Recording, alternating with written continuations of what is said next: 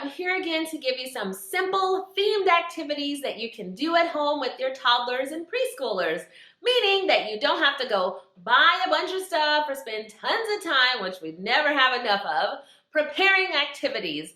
So let's keep them busy by having them learn through play. I'm Jade and this is my village. I'm going to show you some easy but awesome activities that I did this week.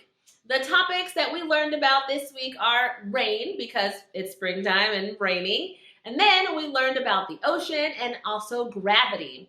Each topic is related, so it makes it easy to continue to discuss the previous day's topic instead of just learning something for a day and then forgetting all about it. Now, before beginning any activities, we always read books on the topic first. We had to read ebooks this week, though, couldn't get to the library.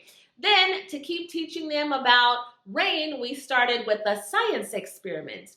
I attached a folded paper towel to the top of a jar, just with the rubber band, and then used eyedroppers that I had from old baby vitamin bottles to put droplets of rain onto the paper towel, one at a time. And we just added a couple drops of food coloring to the water to make the rain blue. The idea is that once the cloud is too full of drops of water, then that water is released and falls down to the earth. When the cloud can't hold any more water, which is the paper towel, you'll finally see that blue water going into the jar. Next, we had some rain-themed learning time. My almost 2-year-old matched raindrop letters to the letters that I drew on his paper. He also colored in this cloud that I drew on another sheet of paper.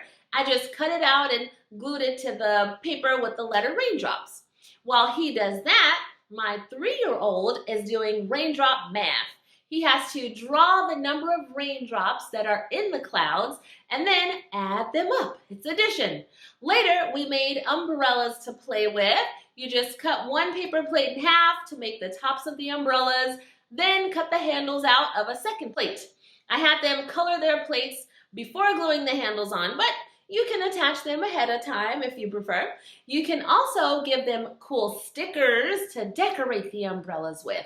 They love stickers, and it's good fine motor exercise too. And the next day, we talked a bit about rain, and then we moved on to learn about the ocean. After we read our books, we started with another easy science experiment. Love science. We poured the blue water from yesterday's rain project, although I added more water and more blue food coloring, but added it all to a jar. It's better to use a plastic bottle, I think, but I just didn't have one, so we used a jar. Then we poured in a bunch of canola oil. Use whatever oil that you have, though, like vegetable oil. Next, we shook it up and looked at the different layers of the ocean. Yeah! And then we talked about what kind of sea creatures might live in each layer. The sunlit, the twilight, and the midnight zones or layers. I also introduced them to a discussion about density since they asked why the oil kept floating to the top. Then, at learning time, we did some counting with the paper jellyfish.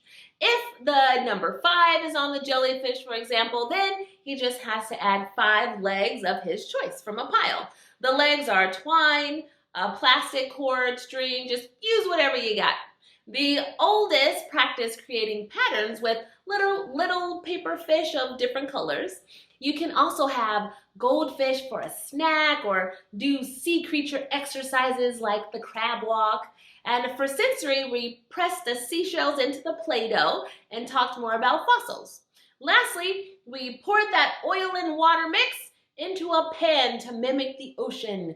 Science experiment number 2 was to answer the question, how do we clean oil out of the ocean? And how might it affect birds? So we dipped a feather into the oil and saw how it was all stuck together. Oh, poor birds. Then we compared that to a clean feather and then felt all sad for those poor birds that have to deal with oil spills in the ocean.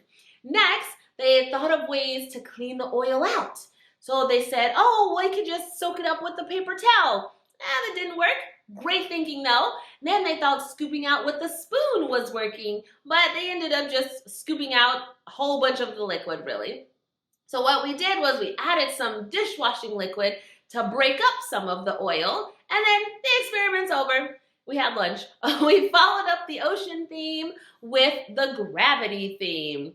First, after reading, we painted using gravity. I added a little water to blue paint and then drew a cloud at the top of a piece of paper, propped it up by just taping it to the top of a plastic container.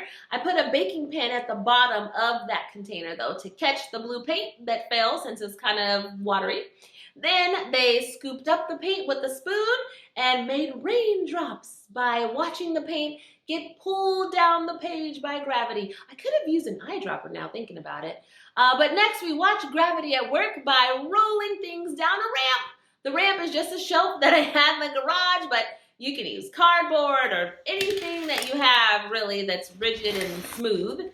Now, let the cars go down the racetrack, or balls, or anything that rolls. Along this same theme, we dropped pom-poms into cardboard tunnels. I always keep a little stash of paper towels and toilet paper tubes since they can be used for so many projects. I use a painter's tape and masking tape to attach them to the wall. With the help of the toddlers, they helped me do that. Then just put a bowl at the bottom and test out our tunnel. Make sure that the pom-poms would make it all the way to the bottom into the bowl, so we did the tunnels right. It's also a fun way to teach colors too for the young ones. Put a blue pom-pom in, now an orange one. And the last project, we were trying to defy gravity with a magnet. The stronger the magnet, the better for this one. Just tie something small and metal like a paper clip to a string, put it through the bottom of the box, and tape it once you have it at the right distance that will make it appear to float. My airplane should have been bigger now looking at that. But you'll see how much easier your day is when you do activities with the children. They're happier, they're less cranky, and there's the added benefit of having learned something about the world while they were playing. So enjoy doing these projects and let me know what kind of projects that you do at home there in the comments below. Now it's time to share this video with everyone that needs some ideas really on how to teach or keep those toddlers and preschoolers entertained, because not one of us is an endless fountain of ideas, and who has the energy to think of a million new things every single day anyway? So subscribe for more helpful videos and keep watching.